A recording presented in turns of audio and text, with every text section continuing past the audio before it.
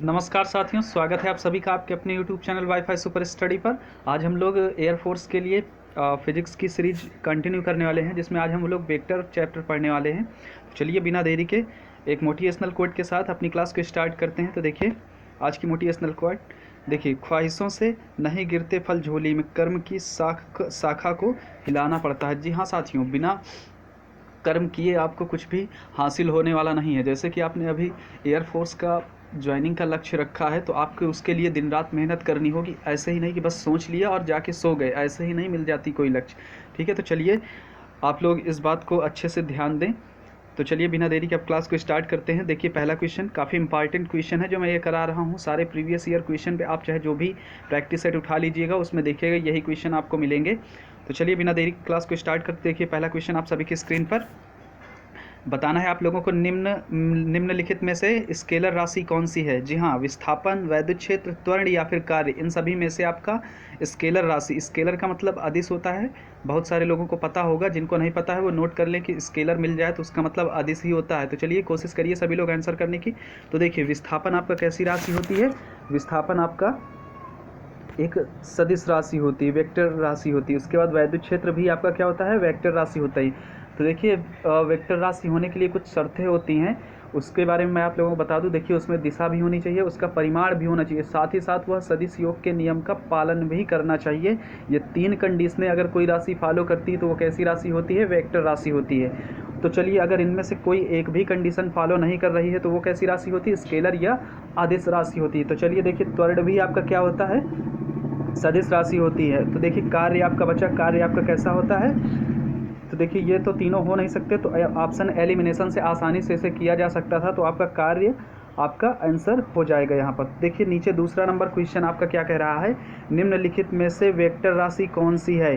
तापमान, पृष्ठ तनाव, कैलोरी या फिर वाट, ये आप लोगों को बताना है कि इनमें से कौन सी वेक्टर राशि है।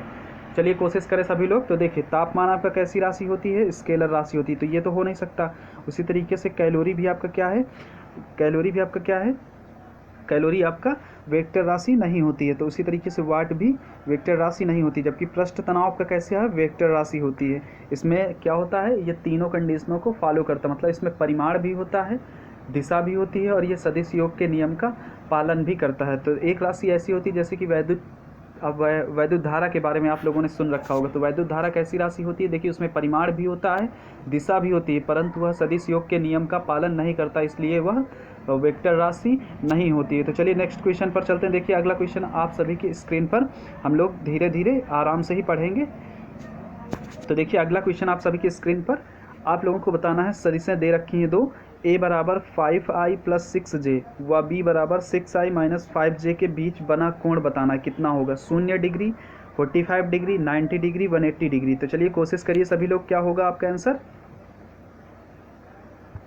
चलिए देखिए आप लोगों ने vector A dot vector B बराबर क्या होता है, ए बी कास थीटा, ये सूत्र पढ़ रखा होगा ना। तो वहाँ से अगर कास थीटा की वैल्यू फाइंड आउट करेंगे तो क्या होगा, vector A dot vector B बटे ए बी। तो उसके अकॉर्डिंग देखिए मैंने यहाँ पर एक्सप्लेनेशन दे रखा है। तो vector A dot vector B, यहाँ पर देख लीजिए जब इनका मल्टीपल कराया जाएगा तो आई का आई के साथ जब कराया तो कितना हो जाएगा, 5×6 = 30 और माइनस 5×6 = 30, 30 और 30 माइनस हो जाएंगे तो कितना आ जाएगा, 0। 0 कितने में आती है, कास 90 की वैल्यू क्या होती है, 0। इस तरीके से आप बिना सॉल्व करे भी आंसर निकाल सकते थे इसका, और आसानी से मुश्किल से 10 या 15 सेकंड में इसका सॉल्व कर सकते थे। तो इसी तरीके से आपको एग्जाम में भी करना है, ज़्यादा टाइम कंज्यूम नहीं करना इस तरीके के क्वेश्चन में। तो चलिए नेक्स्ट क्वेश्चन पर चलते हैं। देखिए अगला क्वेश्चन आप सभी की स्क्रीन पर, देखिए माना दो वेक्टर f1 बराबर 2i cap plus 5k cap व f2 बराबर 3j cap plus 4k cap, इन वेक्टरों के स्केलर गुणन का परिमाण आप लोगों को बताना। तो चलिए कोशिश करें सभी लोग जल्दी से स्केलर गुणन का परिमाण निकालना इसमें। तो चलिए कोशिश करिए सभी लोग, देखिए इसको कैसे हल कर सकते हैं, सभी लोग कोशिश करिए इसको हल करने की। तो देखिए इसको कैसे हल कर सकते हैं हम लोग, vector f1 dot vector f2 बराबर क्या हो जाएगा, f1 f2 कास थीटा। ठीक है, तो देखिए आप लोगों को पता होगा दो लंबवत वेक्टरों का स्केलर गुणन जो होता है, दो लंबवत परस्पर लंबवत वेक्टरों का स्केलर गुणन क्या हो जाएगा आपका, 0 हो जाएगा। तो देखिए यहाँ पर क्या है, ये 2i और j ये परस्पर क्या होते हैं, लंबवत होते हैं, तो इनका जो आपका गुणन होगा स्केलर वो क्या होगा, शून्य होगा, बचेंगे क्या आपका k वाले, तो 5 चौको कितना हो जाएगा, 20 आपका आंसर हो जाएगा। याद रखिए क्यों 0 हो जाता है ये भी मैं आप लोगों को बता दूं। देखिए vector a dot vector b बराबर क्या होता है आपका, कास थीटा होता है, और कास जब लंबवत होंगे तो डिग्री कितने डिग्री कोण बनाएंगे, तो 90 डिग्री कोण बनाएंगे, और इस तरीके से कास 90 की वैल्यू क्या होती है, 0, तो मतलब 0 हो जाएंगे, यानी कि परस्पर लंबवत जो वेक्टर होते हैं उनकी जो वैल्यू होती है स्केलर गुणन में वो क्या होती है, 0 होती है। तो इसलिए आपका यहाँ पर कितना आंसर आ जाएगा, 5 चौको 20 आंसर आपका आ जाएगा, क्योंकि के और के वाले ही मल्टीपल होंगे। चलिए नेक्स्ट क्वेश्चन पर चलते हैं। देखिए अगला क्वेश्चन आप सभी की स्क्रीन पर देखिए, यदि एकांक सदिश unit vector 0.55 plus 0.8j plus C के द्वारा प्रदर्शित होता है तो सी का मान ज्ञात करना है। जी हाँ साथियों, जल्दी से इसको सॉल्व करें और आंसर करने की कोशिश करें। क्या होगा, आपको बताना है कि ये 0.55 प्लस 0.8j प्लस सी के द्वारा प्रदर्शित एकांक वेक्टर है, तो सी की वैल्यू फाइंड आउट करनी है। तो चलिए कोशिश करिए, इसी तरीके के सवाल आपको पेपर में देखने को मिलेंगे। आप कंटिन्यू मेरे साथ रहें, आपको 15 से 20 सेकंड के अंदर मैं सारे सवालों का प्रैक्टिस करवा दिया करूंगा, हर टाइप के सवालों का, क्योंकि एक ही तरीके के सवाल नहीं करने हैं, हमें सभी टाइप के सवाल लेकर के चलने हैं। तो चलिए नेक्स्ट क्वेश्चन देखिए, इसका सोल्यूशन क्या होगा, ये देख लीजिए। क्या दे रखा है आपका, 0.55 प्लस 0.8j प्लस सी के एक क्या है, यूनिट वेक्टर है। यूनिट वेक्टर का मतलब क्या होता है, उसकी वैल्यू कितनी होनी चाहिए, 1, उसका परिमाण कितना होना चाहिए, 1 होना चाहिए। तो उसको हम क्या करते हैं, देखिए अंडर रूट, ये जो इनके मल्टीपल हैं आई के, जे के और के इनको क्या करते हैं, अंडर रूट ए एक्स स्क्वायर होता है, तो ए की वैल्यू ये हो जाएगी 0.5 का वर्ग प्लस 0.8 का वर्ग प्लस सी स्क्वायर बराबर किया, मतलब यूनिट वेक्टर का जो परिमाण होता है वो किसके बराबर होता है, 1 के। ठीक है, तो जब इसका वर्ग करेंगे तो 0.25 प्लस 0.64 प्लस सी स्क्वायर बराबर कितना हो जाएगा, 1 के। अब देखिए हम क्या करते हैं, इनका वर्ग मतलब इनको जोड़ते हैं तो कितना हो जाएगा, 0.89 प्लस सी स्क्वायर बराबर 1, दोनों पक्षों का वर्ग भी कर लिया हम लोगों ने। तो अब देखिए उधर जाएगा तो कितना बजाएगा, सी बराबर 0.11 आपका आंसर हो जाएगा, बी नंबर। ओके, इस तरीके से आप सॉल्व कर सकते हैं। इस तरीके के क्वेश्चन मैं प्रैक्टिस कराता रहूँगा, तो आप लोग कंटिन्यू जुड़े रहें। तो देखिए नेक्स्ट क्वेश्चन देखिए, अगला क्वेश्चन आप सभी की स्क्रीन पर, दो वेक्टर ए व बी इस प्रकार हैं कि mod of A plus B बराबर mod of A minus B, तब दोनों वेक्टरों के बीच का आपको एंगल बताना है, क्या होगा। तो चलिए कोशिश करें सभी लोग जल्दी से इसको करने की। देखिए डायरेक्टली आप लोग इसको याद कर सकते हैं कि कभी भी दो वेक्टरों का योग का परिमाण और दो वेक्टरों के घटाने का परिमाण यदि इक्वल हो तो उनके बीच का जो एंगल होगा वो कितना होगा आपका, 90 डिग्री होगा, वो परस्पर क्या होंगे, लंबवत होंगे, तभी ये कंडीशन आएगी। ओके, तो चलिए नेक्स्ट क्वेश्चन पर चलते हैं। देखिए क्वेश्चन आपका गलत है, तो नेक्स्ट क्वेश्चन पर चलते हैं। देखिए दो बल जिनके परिमाण क्रमशः 8 न्यूटन व 15 न्यूटन है एक बिंदु पर कार्यरत हैं, यदि इनका परिणामी बल 17 न्यूटन है तो बलों के बीच का आप लोगों को एंगल बताना। तो चलिए कोशिश करें सभी लोग, क्या होगा इसका आंसर।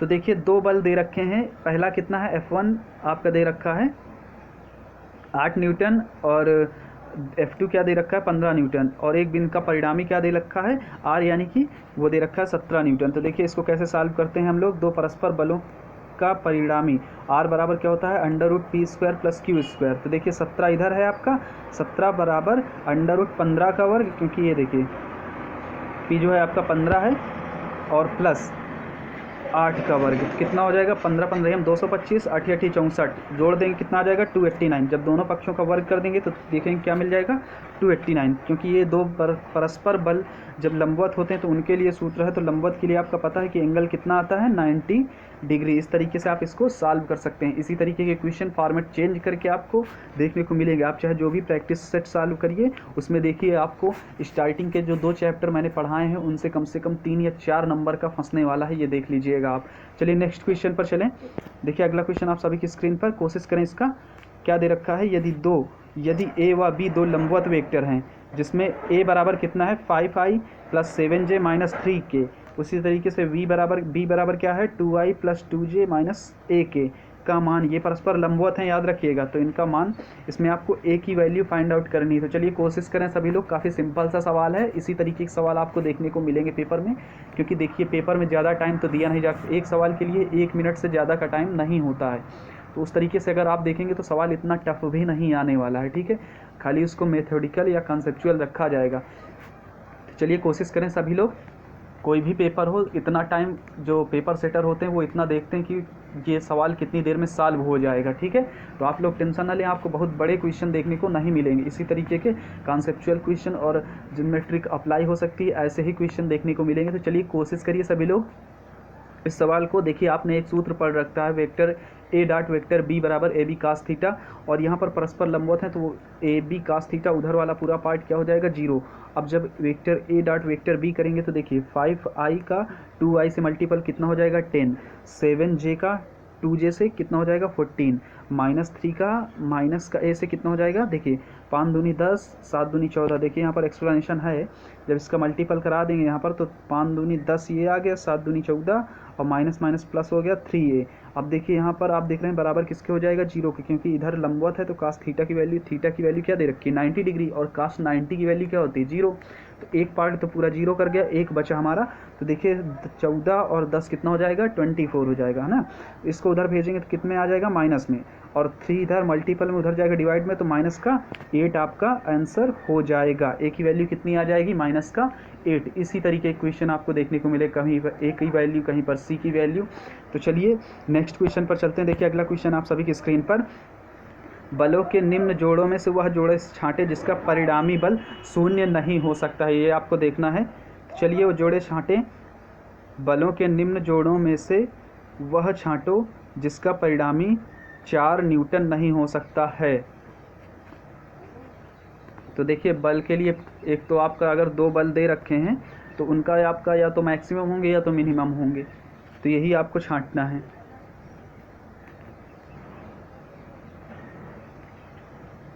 देखिए 2 न्यूटन व 2 न्यूटन, इसका परिणामी आप 4 फाइंड आउट कर सकते हैं अगर देखेंगे तो P + Q के अकॉर्डिंग, और B का भी आपका हो सकता है, इसका भी हो सकता है, लेकिन जो आपका D नंबर है इसकी वैल्यू कभी भी 4 न्यूटन, इसका परिणामी जो है वो कभी भी 4 न्यूटन नहीं हो सकता है।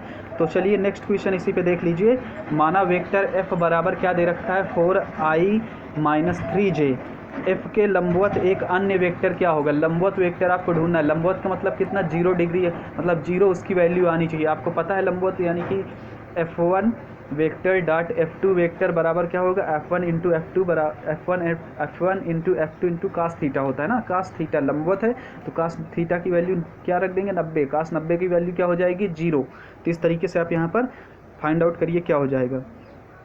तो देखिए हम ऑप्शन से करके देखते हैं। तो अगर इसका रखते हैं तो 4 चौक 16 -9, ये आपका 0 नहीं करेगा। 6 रखते हैं तो ये तो करेगा ही नहीं। के वाला भी नहीं करेगा तो आपका ये वाला भी नहीं होगा, ये वाला भी नहीं होगा, ये वाला भी नहीं होगा। देखिए इसको रख कर देखते हैं तो 3 चौको 12 -4 3 12, ये वाला हो जाएगा, क्योंकि इससे आपका 0 वैल्यू फाइंड आउट हो रहा है। तो आपका डी नंबर क्या हो जाएगा आंसर। चलिए नेक्स्ट क्वेश्चन पर चलते हैं। देखिए अगला क्वेश्चन काफ़ी अच्छा क्वेश्चन है। अगर ज़्यादा टफ इस चैप्टर से क्वेश्चन आएंगे तो यही वाला आपको इसी तरीके क्वेश्चन देखने को मिलेंगे।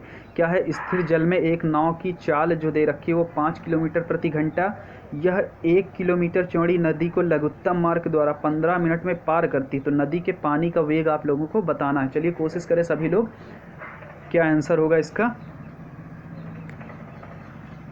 स्थिर जल में एक नाव की चाल 5 किलोमीटर प्रति घंटा है, यह 1 किलोमीटर चौड़ी एक नदी को लघुत्तम मार्ग द्वारा 15 मिनट में पार करती है। तो नदी के पानी का वेग निकालना है। तो कोशिश करें सभी लोग, देखिए कैसे सॉल्व करेंगे इस तरीके के सवालों को। तो देखिए यहाँ पर देखिए नाव की चाल क्या दे रखी है, वी बराबर 5 किलोमीटर प्रति घंटा दे रखी है ना। उसे बार नाव द्वारा चली गई लघुत्तम दूरी कितनी है 1 किलोमीटर, क्योंकि नदी की चौड़ाई जो दे रखी है वो कितना है 1 किलोमीटर। तो उसी दूरी को उसे तय करना है। उसके बाद आगे देखकर लिया गया समय कितना है 15 मिनट। अब 15 मिनट को अगर हम घंटे में चेंज करें तो 15/60 1/4 और देखेंगे तो 0.25 घंटा निकल के आएगा। अब इस दूरी को तय करने में नाव की आपको क्या निकालना है, चाल निकालना है। तो क्या हो जाएगा VS बराबर 1/0.25 हो जाएगा। ओके, यहाँ पर देखिए जो ये दूरी तय करने में नाव की चाल VS बराबर, चाल बराबर क्या होता है, चाल बराबर होता है दूरी बटे समय होता है ना। तो देखिए VS बराबर दूरी कितनी है 1 किलोमीटर की और समय की कितना है 0.25 घंटे। अब इसको सॉल्व करेंगे तो कितना आ जाएगा 4 किलोमीटर प्रति घंटा उसकी चाल हो जाएगी। किसकी चाल ये निकाल ली हमने, ये नाव की चाल निकाल ली। ओके, अब देखिए यहाँ पर नीचे बात करते हैं। अतः किसकी चाल अब हमको निकालनी है, नदी की चाल, नदी के पानी की चाल निकालनी है। तो VR बराबर क्या हो जाएगा बोट की चाल का वर्ग माइनस नाव की चाल, स्थिर पानी में नाव की चाल का वर्ग। देखिए जब इस तरह से निकालेंगे तो कितना निकल के आएगा, कितना है, हाँ 5 है, तो 5 का वर्ग 25 माइनस वीएस, मतलब जब बह रही थी तब उसके साथ कितनी चाल है इसकी, उस दूरी को तय करने में चाल कितनी हो जाएगी, 4 आई है, तो 4 का वर्ग कितना 16, 25 से 16 घट जाएगा आपका 9, 9 का अगर वर्गमूल निकालेंगे तो क्या हो जाएगा 3, तो आपका आंसर यहाँ पर क्या हो जाएगा 3 हो जाएगा। ओके, 9 किसका वर्ग होता है 3 का ना, तो इस तरीके से आप आंसर फाइंड आउट कर सकते हैं। चलिए नेक्स्ट क्वेश्चन देखिए, नदी पूरब से पश्चिम की ओर 5 मीटर प्रति मिनट की चाल से बह रही है। इसके दक्षिणी तट पर एक आदमी जो स्थिर जल में 10 मीटर प्रति मिनट की दर से तैरने में सक्षम है, न्यूनतम समय में नदी को पार करना चाहता है, उसको तैरना होगा, उत्तर की ओर तैरना होगा या उत्तर पश्चिम की ओर, या फिर नदी की चाल के दोगुना तैरना होगा, ये आप लोगों को बताना होगा। तो देखिए किसी भी चीज़ को तैरने के लिए क्या होता है, यहाँ पर मैंने अगर एक्सप्लेनेशन दे रखा होगा, ये देखिए यहाँ पर तैरने के लिए उसे लंबवत जाना होगा, तो इसके लिए आपका उत्तर की ओर उसे तैरना होगा। चलिए नेक्स्ट क्वेश्चन पर चलते हैं। देखिए अगला क्वेश्चन आप सभी की स्क्रीन पर, काफ़ी अच्छा क्वेश्चन है। 3 किलोग्राम द्रव्यमान के एक पिंड में एक बल के कारण विस्थापन उत्पन्न होता है जो S बराबर T² 3 मीटर द्वारा प्राप्त होता है। बल द्वारा 2 सेकंड में किया गया कार्य ज्ञात करना है आपको। चलिए कोशिश करें क्या आएगा इसका आंसर। देखिए क्या होगा, बिना आपका टाइम वेस्ट करे इसका सोल्यूशन दिखाता हूँ। देखिए क्या दे रखा है, m बराबर 3 kg दे रखा है, विस्थापन का जो समीकरण दे रखा है S बराबर T² 3, और टाइम कितना दे रखा है 2 सेकेंड। तो आपने सूत्र पढ़ा होगा W बराबर F इंटू एस, F बराबर भी एक सूत्र पढ़ा होगा M इंटू ए।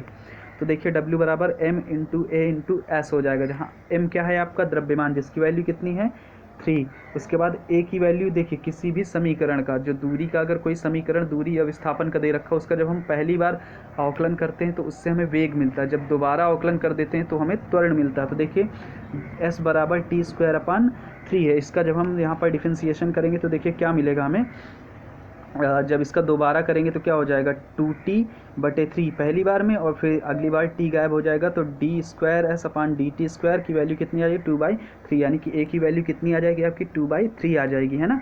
अब देखिए और एक चीज़, 2T बराबर कितना है 2 सेकंड, तो हम विस्थापन निकालेंगे अगर तो कितना आ जाएगा, देखिए T की वैल्यू कितनी 2 रख देंगे तो 4/3। अब यहाँ पर हमें वैल्यू केवल पुट करनी है W बराबर M इंटू ए इंटू एस वाली फार्मूले पे। तो देखिए W बराबर M है ना, तो M की वैल्यू कितनी है 3 किलोग्राम। उसी तरीके से A की वैल्यू कितनी है 2/3, और आपका S कितना है 4/3, 3 से 3 कैंसिल 8/3। इसको जब सॉल्व करें 2.6 आपका आंसर हो जाएगा। एक बार आप वीडियो को रिवाइज करके देख लीजिएगा, काफ़ी अच्छा कॉन्सेप्ट है ये। चलिए नेक्स्ट क्वेश्चन पर चलते हैं। देखिए अगला क्वेश्चन आप सभी की स्क्रीन पर, काफ़ी अच्छा क्वेश्चन है, कई बार एग्जाम में पूछा गया है, ये पिछली बार भी आपके एग्जाम में था। तो देखिए यदि ओमेगा वेक्टर ओमेगा बराबर कितना है 3i minus 4j plus k, तथा r बराबर क्या देखा है 5i minus 6j plus 6k, तो रेखीय वेग का मान ज्ञात करना है। ये वेक्टर है आपके, कोशिश करें सभी लोग कैसे इसको सॉल्व करेंगे, आंसर करिए इसका जल्दी से जल्दी। तो देखिए आप लोगों ने एक सूत्र पढ़ा होगा, वेक्टर v बराबर वेक्टर r इंटू क्रॉस वाला, ओके, मतलब जो वेक्टर वाला गुणन होता है, vector r into vector omega. तो देखिए इसको कैसे सॉल्व करेंगे, यहाँ पर देख लीजिए, आपने डिटर्मिनेंट्स पढ़ा होगा, उसमें साइडिक के हिसाब से इसको सॉल्व करेंगे। क्या हो जाएगा, देखिए जब इसकी आई जे कैप ऊपर रख देंगे, उनके जो मल्टीपल है उनको उसके नीचे रख करके जब इसे सॉल्व करेंगे तो माइनस का 18i माइनस का 13j प्लस का 2k, ये किस में है हमारा बी नंबर आपका आंसर हो जाएगा। तो इस तरीके से आप इसको देख लीजिएगा एक बार सॉल्व करके, इसी तरीके के आपको सवाल देखने को मिलेंगे। देखिए अगला क्वेश्चन आप सभी की स्क्रीन पर दे रखा है, परिमाण p व √3p के दो बल परस्पर लंबवत कार्य करते हैं, इनका परिणामी p के साथ थीटा कोण बनाता है, तो निम्न में से थीटा का सही मान क्या होगा, ये आप लोगों को फाइंड आउट करना है। तो देखिए इसे सॉल्व कैसे कर सकते हैं, देख सकते हैं सभी लोग इसे कैसे सॉल्व कर सकते हैं। देखिए इस तरीके से आप इसका आयताकार घटक में इसको तोड़ेंगे तो 3p p। तो अब देखिए यहाँ से ये थीटा को कोण, देखिए tan थीटा बराबर क्या आ जाएगा आपका, tan थीटा बराबर क्या होता है सूत्र, लंब बटे आधार होता है ना। tan थीटा बराबर क्या होता है, लंब बटे आधार। तो लंब की वैल्यू कितनी है, √3p बटा p हो जाएगा, p से p कैंसिल आउट। तो tan थीटा बराबर √3 और √3 tan में किसकी मान होती है, तो 60 की वैल्यू होती है। तो यहाँ पर आपका आंसर क्या हो जाएगा, सी नंबर 60। ओके, इस तरीके से आप आसानी से इस तरीके के क्वेश्चन को कर सकते हैं। काफ़ी अच्छे क्वेश्चन है। तो देखिए नेक्स्ट क्वेश्चन पर चलते हैं। ये क्वेश्चन मैंने करा दिया है आप लोगों के घर के लिए, रिवीजन के लिए रखा हुआ है, तो आप कोशिश करिएगा। ये क्वेश्चन भी आपका रिवीजन है। मैंने बताया था कि जब दो वेक्टरों का योगफल का परिमाण तथा उनके अंतर का परिमाण जब इक्वल हो तो वो परस्पर क्या होंगे, लंबवत होंगे, या उनके बीच कितने डिग्री का कोण बनेगा, 90 डिग्री का कोण बनेगा। अब ये जो सवाल है ये होमवर्क के लिए है, क्योंकि जो मैंने पिछला चैप्टर ख़त्म कराया है, मैं क्या किया करूँगा, उसके जो पिछला चैप्टर जो ख़त्म कराया करूँगा, अगले चैप्टर में उसके रिवीजन के लिए उसके सवाल उठा करके रखा करूँगा। तो आप ये कोशिश करिएगा घर से, ये कुछ सवाल आपके होमवर्क के लिए हैं, तो इनका आंसर ज़रूर कमेंट बॉक्स में करें, जिससे आपका रिवीजन होता रहे, आप चीज़ों को भूलें नहीं, कंटिन्यू वो माइंड में घूमती रहें। तो चलिए धन्यवाद, आशा करता हूँ कि आपको वीडियो अच्छी लगी होगी, हेल्पफुल लगी होगी। तो यार अगर आप चैनल पर नए हैं तो चैनल को सब्सक्राइब करें तथा बेल आइकन को ज़रूर प्रेस करें और ज़्यादा से ज़्यादा संख्या में शेयर करें, जिससे कि आप हमारी आने वाली वीडियो को मिस ना कर सकें। चलिए धन्यवाद।